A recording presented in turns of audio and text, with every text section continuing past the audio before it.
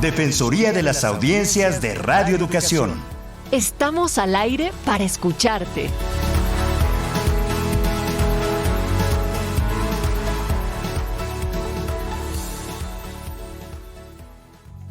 Estimadas audiencias, nos da muchísimo gusto darles nuevamente la bienvenida a la Defensoría de las Audiencias, un espacio que se construye a través de todas las voces, pero también sobre los especialistas que colocan temas de derechos humanos sobre estos micrófonos y que se vinculan con las audiencias. El día de hoy tendremos una conversación por demás interesante entre arquitectura y su relación con los derechos humanos. Yo soy Natalia Luna y como cada semana que tengo el honor y la oportunidad, pues comparto estos micrófonos con la maestra Ana Cecilia Terrazas, quien es defensora de nuestra emisora.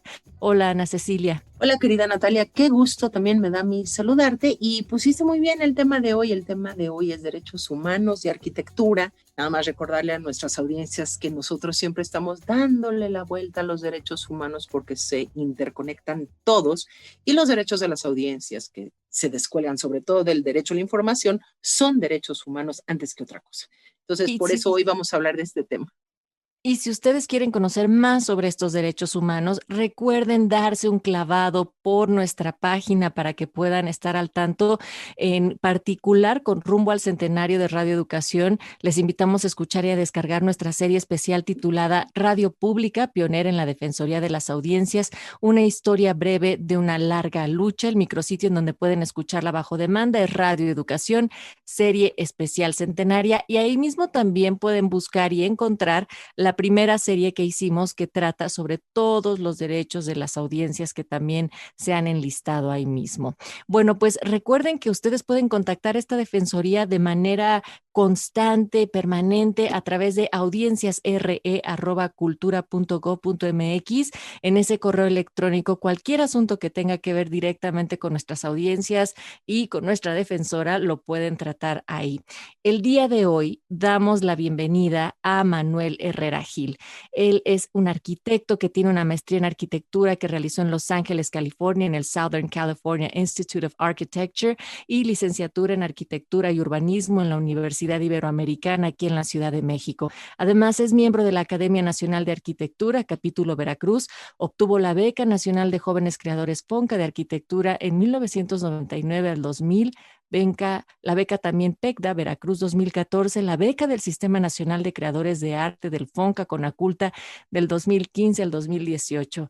Además, es socio fundador de la firma Taller 1005 en la ciudad de Veracruz. Ha obtenido reconocimientos como medallas de oro en las distintas bienales de arquitectura veracruzana en el 2001 y 2010, Bienal de Arquitectura del Sureste 2013, Bienal Regional del Golfo 2017, Premio Interceramic 2017, Premio Cemex 2017, 2 medallas de plata en la Bienal Nacional de Arquitectura Mexicana 2018, el Premio Firenze Entre Muros 2018, Premio Noldi Schreck 2018, Premio Lugar en el concurso 10 Despachos 2019 de la revista Obras, la Bienal Interamericana CIDI de Interiorismo y Arquitectura y la medalla de plata en la Bienal de Arquitectura Veracruzana 2021. Hay una larga lista, pero también hay que decir que ha sido catedrático en diversas instituciones del país y ha realizado conferencias en más de 60 instituciones culturales y universidades del mismo. Ana Cecilia, híjole, bueno, es que yo quisiera decir algo que no viene ahí, pero que va a venir un día, sí, y así lo queremos. Sí, por favor, eso es a lo que me refería. Yo creo, por lo que he seguido de cerca la carrera del arquitecto Herrera, de Manuel Herrera, de Manolo, como le decimos de cariño, que en una de esas nos da la sorpresa y se vuelve el Pritzker Nacional, pero lo que sí tengo toda la seguridad es que en su diseño y en su arquitectura hay una construcción que se vincula directamente con lo humano y que eso le importa mucho. No solo hace cosas hermosísimas, cosas y casas hermosísimas, sino que tiene ese pendiente. Y tan lo tiene que el otro día me comentaba fuera del aire, está dando una clase justamente que se vincula con derechos humanos, y mi primera pregunta sería, arquitecto, ¿cómo vinculas o cómo le explicas en términos muy generales a las audiencias, a tus alumnas y alumnos, arquitectura y derechos humanos? Porque a veces sentimos que los arquitectos o que las construcciones nos aplastan, no nos están respetando, pero ¿tú cómo entras al tema en tus clases o conferencias? Y bueno, y te saludo con gusto. Hola, ¿qué tal, Ana? Hola a todas, Natalia, Alma. Muchísimas gracias, antes que otra cosa, y gracias por la oportunidad de poder dialogar unos minutos aquí con ustedes, tanto IMER como Radio Educación. Y bueno, fíjate que para mí, yo creo que este tema, Ana, de derechos humanos, yo creo que es algo que es bien importante, pero sobre todo es como yo a mis alumnos, que quiero hacer el comercial un poquito, llevo cerca de 30 años dando cátedra, creo que no puedo dejar de entender la arquitectura sin entender al ser humano, ¿no? Sin entender a las personas. Y para entender a las personas hay que entender, aquí me conecto mucho con los derechos, un poquito las facultades que sustentadas un poquito en la dignidad humana, nos ayudan a formar pues, el desarrollo de las personas, ¿no? En nuestro caso, esa dignidad humana viene muy ligada de la parte del habitar, ¿no? Del coexistir y no solamente de habitar un espacio privado, sino habitar un espacio público, ¿no? Que sabemos que eso es de las cosas más interesantes y más importantes. Entonces yo genero algunos ejercicios, tratando de conectarme, Ana, con la pregunta, genero algunos ejercicios que tienen mucho que ver con mostrar cuáles son esas facultades, como por ejemplo, platicaba yo la otra vez acerca de esta película, ¿no? Del Día Perfecto en Japón, que es una gran película. Se las puse a mis alumnos de este último semestre como tema. ¿Para qué? Para que pudieran diseñar un espacio digno y que pudiera ser utilizado para todos, ¿no? Que tuviera que ver mucho con el acceso igualitario, con la participación comunitaria, con la inclusión, ¿verdad? ¿Por qué no? Y un poquito la sostenibilidad y la salud, ¿no? Entonces, más o menos es como yo me meto al tema de los derechos humanos en la arquitectura con este ejercicio corto y posteriormente hacemos ya un ejercicio más aplicado a un espacio público general. Qué hermoso que puedas hacer referencia a la película de Wim Wenders de Perfect Days, porque precisamente lo que nos muestra es el diseño de una serie de sanitarios, de baños, que cuando uno los ve, maestro, uno realmente piensa en la dignidad, en el antojo incluso de cómo estos espacios generan dignidad, generan también otro tipo de cercanía a unas necesidades básicas, elementales que tenemos todos los humanos. Y esto también nos pone a reflexionar cuál es nuestra situación acá en México. ¿Qué balance haces sobre esta relación que puede existir entre derechos humanos y la arquitectura en nuestro país? Bueno, haciendo un poquito un resumen de lo que comentabas ahorita, Natalia, sí, se me hizo muy interesante esta película porque sí mostraba la forma mínima de derecho humano, ¿no? Que es el uso del... Ir al baño. Y de un baño, sí, ¿verdad? Sí, es el uso de un baño público, ¿no? O sea, creo que es un poquito el ejemplo como más honesto y pues más abierto, ¿no? En este caso. Ahora, conectado un poco a México, me parece que, pues, de alguna u otra manera estamos haciendo algunos intentos por poder manejar estos derechos básicos a vivir, ¿no? A vivir en un espacio, ya sea público o de vivienda.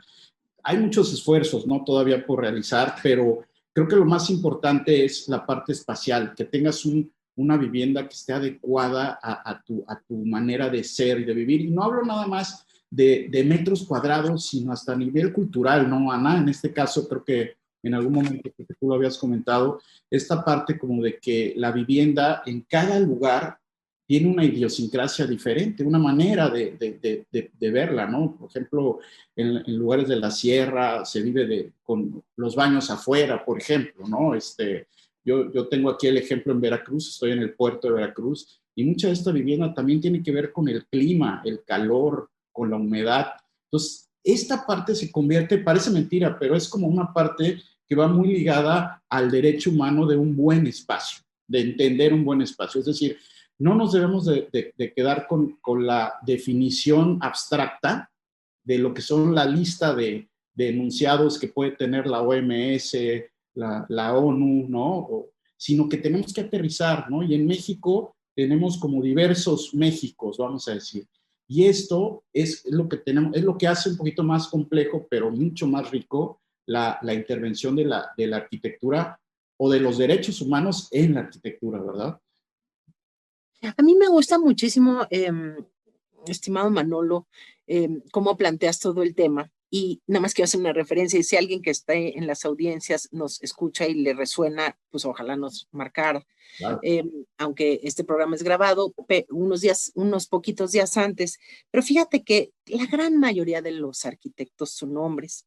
Y el ejemplo de los baños es un muy buen ejemplo, porque es un ejemplo en donde notablemente arquitectos y los asistentes, ayudantes, albañiles, etcétera, que los construyen, no necesariamente piensan ahí, Natalia, no sé si te ha tocado que dice, este baño está hecho para alguien que no se va, que quisiera, que no se va a sentar jamás, ¿no? O que no puede, ya sabes, una cosa, no, sin la parte escatológica, simplemente las mujeres están como, ¿no? Es un baño hecho para mujeres, pero es un baño no hecho por mujeres y es un baño no pensado por mujeres. Me imagino que este ejemplo tú lo manejas perfecto y que lo puedes extrapolar siempre a todas, a otras cosas, pero así de sencillo es, así como tú dices, habitamos un espacio y el espacio es público y es común. El problema de la arquitectura es que es común la arquitectura, casi no se construye para un ermitaño. Y igual, o es para una familia, una comunidad, una pareja, etcétera, o toda una población, etcétera. También el espacio, desde el 2013, el espacio radioeléctrico es público y se puso así en la Constitución. Y eso es lo que defendemos, eso es por la razón por la que estamos y por eso nos debemos a ello. Y aunque parezca limitado a la radio y a la televisión solamente, por lo menos es un avance. Siempre Natalia y yo decimos, bueno, por lo menos tenemos esos espacios así. Y en ese sentido, te quería preguntar qué otras metáforas o cómo nos podemos fijar como audiencias, más bien como comunidad usuaria de la arquitectura, cuando en el espacio radioeléctrico es muy claro, cuando cuando se vulneran nuestros derechos humanos, además de los que dicen puntualmente la Ley Federal de Telecomunicaciones y Radiodifusión, además de esos, cuando sentimos que se vulneran. Es decir, los derechos humanos, si tú sientes que alguien te está aplastando, generalmente alguien te está aplastando. Eso dicen los derechohumaneros y las derechohumaneras expertas, ¿no? Si sientes feo, si sientes molestia, si sientes dolor, si te sientes menos por algo que se dijo en la radio o en la tele, es posible que se estén vulnerando tus derechos humanos. La pregunta clarísima es, cómo detectar cuando se están no respetando tus derechos humanos como usuario de habitante de una casa, de una construcción. Fíjate que surgieron aquí muchas vías, ¿no? Ana, la verdad es que me abriste así como que el panorama también, porque esta parte que me decías de la inclusión, y voy a llegar un poco a la respuesta, ¿no? De dónde se vulneran los derechos. La inclusión tiene que estar desde el diseño mismo, ¿no? O sea, no es una inclusión de que puedas entrar o no en alguien a un lugar o no, independientemente del género, etcétera, ¿no? Sino que la inclusión, y ahora que lo dices, es desde nuestras aulas, ¿sí? El decir, bueno, caray, tenemos que diseñar todos para todos, ¿sí? Y en este caso, a mí me da muchísimo gusto que ya, por ejemplo, he tenido tantas arquitectas ahora de repente se empezó a balancear, ¿no? Hablábamos de los 90s y bueno, había así como un desbalanceo y poco a poco hace 2 semestres tuve 16 mujeres y 2 hombres en mi taller de arquitectura, ¿no? Increíble, la verdad que fue una experiencia y como dices tú, es un enfoque que también tenemos nosotros un poco o de alguna u otra manera materializar junto con ellos, ¿no? Y con ellas en este caso. Entonces, a mí se me hace muy importante esto que acabas de decir, porque sí creo que tiene que ser desde las aulas, ¿sí? Tenemos que hacer el esfuerzo desde ahí para integrar profesionistas, que ahora me da mucho gusto que hay varias ya que podemos ver aquí en México, te podría dar varios ejemplos, y eso ya se refleja en esto, ¿no? Ahora, la parte de la inclusión o de vulnerar los derechos humanos pues, a veces es tan real como el hecho de no permitirte pasar a un espacio público, ¿no? ¿Sí? O sea, y aquí quiero separar un poquito el derecho humano público y privado, ¿no? para mí en el aspecto de arquitectura, ¿no? Pero, por ejemplo, desde un espacio mal iluminado, por ejemplo, ¿no? Un espacio que no te permite estar a ciertas horas de la noche, ¿no? Por ahí hablaba yo con una colega hace unas 2, 3 días, y que hablábamos de que, por ejemplo, la calle, que también es un derecho, ¿no? El transitar libremente en la calle, muchas veces tenemos esta noción de seguridad como de iluminarla más, ¿no? Entre más se ilumine, más seguro es. Pero decíamos, o ella me comentaba también, ¿qué pasa si es que las casas ahora están más cerradas? Y entonces antes había esta convivencia de las casas hacia la calle, y entonces se generaba esta seguridad, ¿verdad? O sea, esta inclusión desde la calle, es decir, o sea, no perdías privacidad, pero te generaba una especie como de comunidad. Eso es a lo que yo voy, ¿sí? Y esta comunidad es lo que te da toda esta idea de la seguridad y de tener un espacio accesible, vamos a decir, ¿no? Entonces, eso podría ser algo que vulnere, ¿no? O sea, el hecho de tener ahora espacios mucho más cerrados en las casas, resulta que ahora el espacio privado es demasiado privado, ¿no? Y el espacio público queda vulnerable en un momento dado. Entonces, eso podría ser algo. Luego, la falta de accesibilidad, por ejemplo, universal, ¿no? Me tocó hace poco hacer un proyecto en un espacio público, una casa de los abuelos. Imagínense la casa para gentes de la tercera edad, para personas de la tercera edad.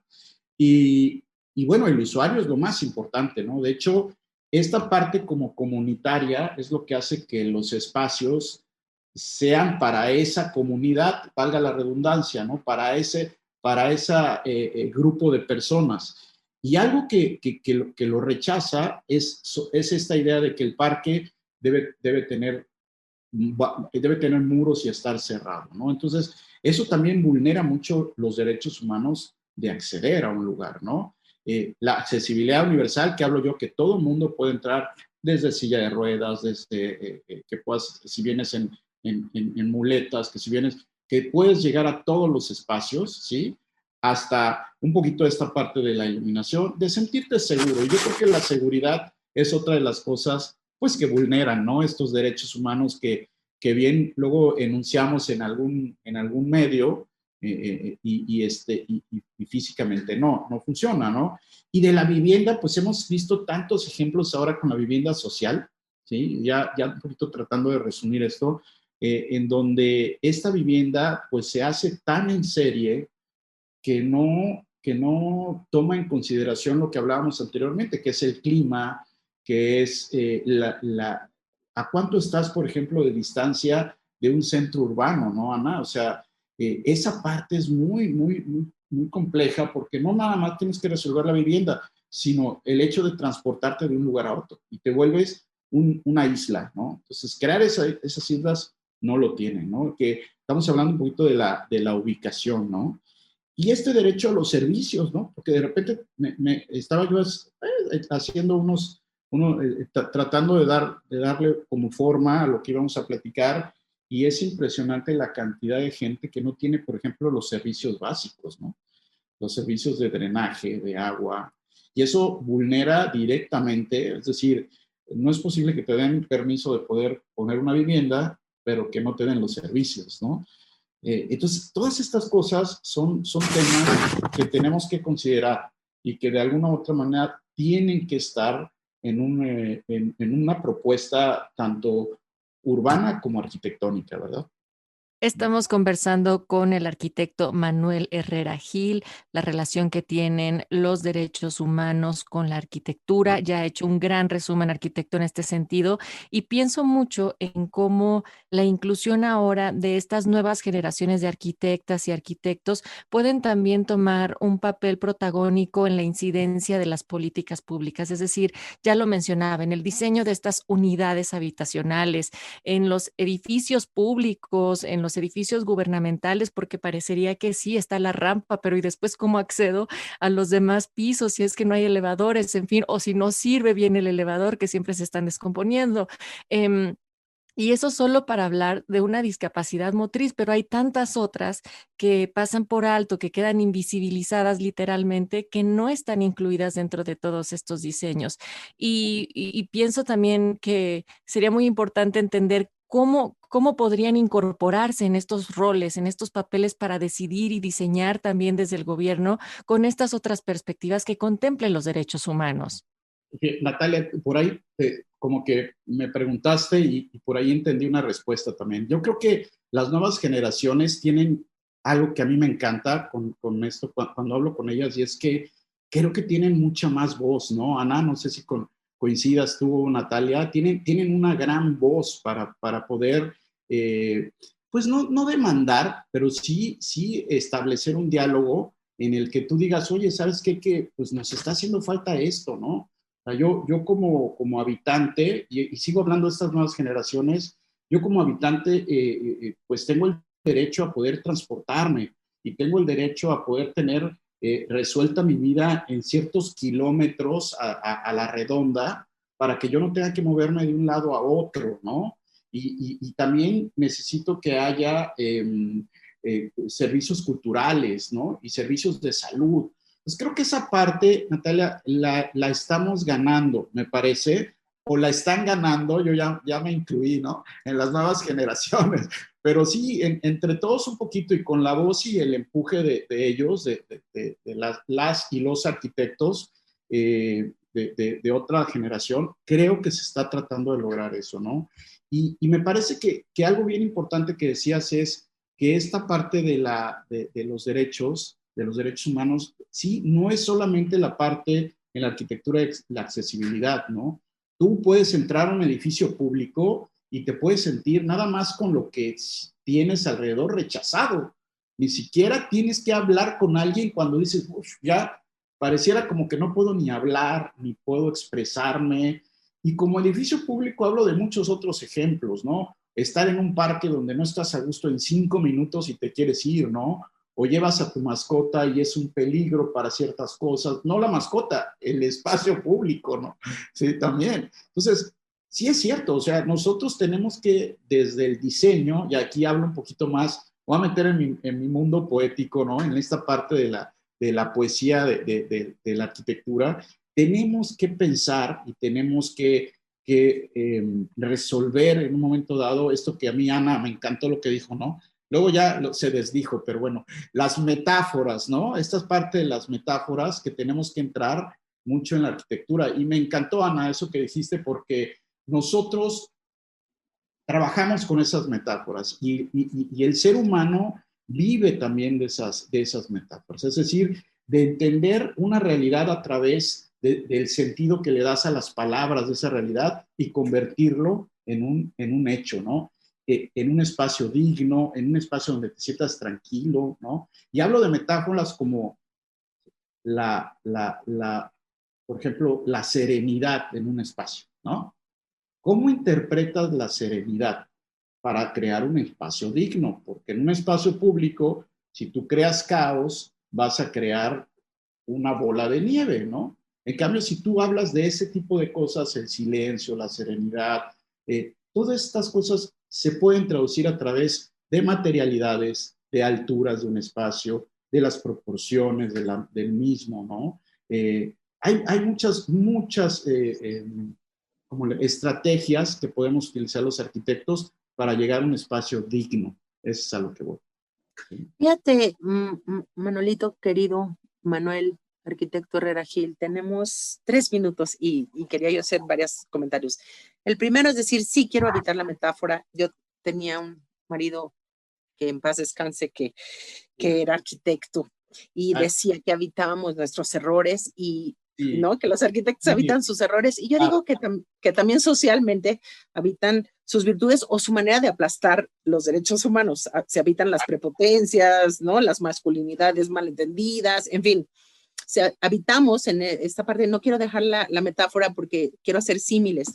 Tú has hablado en términos de vulnerar derechos humanos desde la construcción, el diseño o la arquitectura, de la seguridad, por un lado, de la inclusión, sin duda, del diseño y desde aprenderlo desde clases. Yo diría exactamente lo mismo pasa con los comunicólogos o los que hacemos medios. Hay que aprenderlo desde las clases, hay que diseñar programas en los que no se vulneren de entrada los derechos humanos. Me imagino que hay manuales éticos, etcétera. Hay que tomar en consideración todas estas partes plurales, ideológicas, críticas, ¿no? Hay que ser autocríticos. Hay que frenarnos nuestra gana de estética constructiva, de no sé qué, para que no estamos haciendo esculturas, estamos haciendo lugares para habitar. Y por eso te quiero preguntar si nos tuvieras que recomendar como audiencias, y sigamos en esa metáfora del espacio público radioeléctrico y el espacio público para construir la casa en la que vivimos, ya sea la chica, la grande, el planeta, la ciudad, etcétera. ¿Cuáles son tus construcciones favoritas en términos de derechos humanos o de respeto al otro, al prójimo? Y si nos pudieras poner, porque yo sé que tú eres un gran admirador de construcciones de arquitectos y arquitectas también del mundo, no solo unos ejemplos nacionales, locales o municipales, sino también unos internacionales, pues ya creo que con eso estaría muy bien. Sí, gracias. Y sí, coincidimos mucho en esta parte de la metáfora, pero bueno, yo hablaría un poquito, a mí me encanta toda la parte de Chapultepec y de el Museo Nacional de Antropología de don Pedro Ramírez Vázquez. Yo creo que es un ejemplo, hablando ahorita de inclusiones, ¿no? Y derechos humanos, me parece que es un espacio muy, muy inclusivo. El mismo Bosque se ha trabajado mucho para eso y todas estas áreas. De internacionales, me gusta mucho el trabajo que realiza este arquitecto Peter Zumthor, que creo que es suizo, él, premio Pritzker de la arquitectura, y ha hecho, no sé, un museo en Dinamarca, muy interesante a la orilla del mar, que tiene que ver mucho con pues darle otra vez nombre a las mujeres de siglo XIII, XIV, que fueron victimizadas, ¿no? Por ejemplo. Y tiene toda esta cuestión espacial que te refiere mucho a generar estos espacios, ¿no? Generar el espacio público es algo bien interesante. Las obras, por ejemplo, en Medellín, en Colombia, Ana, Natalia, todo lo que son parques en Medellín, son una maravilla de inclusión y de espacio público. O sea, ¿En Medellín? ¿En Medellín? Medellín, Colombia, sí. ¿Nos repites el nombre del arquitecto? El anterior. ¿Y del museo? Ajá. Sí, mira, el museo es un museo para las víctimas de creo que era el siglo XIII, XIV, creo que era Dinamarca. Peter Zumthor es el arquitecto, Peter Zumthor. ¿Sí? Okay. Medellín, Colombia, todos sus espacios públicos, no te puedo hablar de un arquitecto como tal, pero hay 5, 6, 7 lugares bien interesantes, ¿no? Que se pudiera tomar. Me encanta mucho lo que se hizo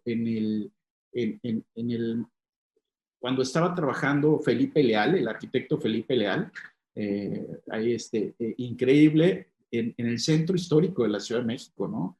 Todo lo que se regeneró de la calle de Madero, la Alameda, el Monumento a la Revolución, pues son ejemplos bien, bien claros, ¿no? De lo que puede ser un espacio digno, ¿no?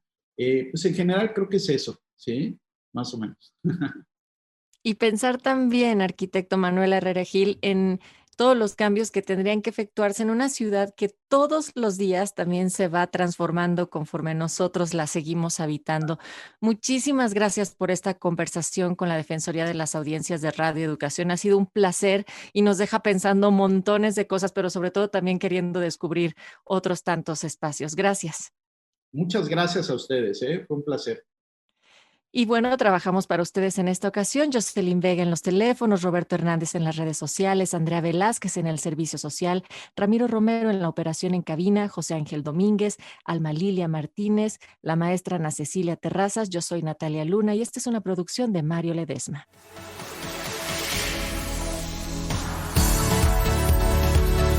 Defensoría de las Audiencias de Radio Educación. Estamos al aire para escucharte.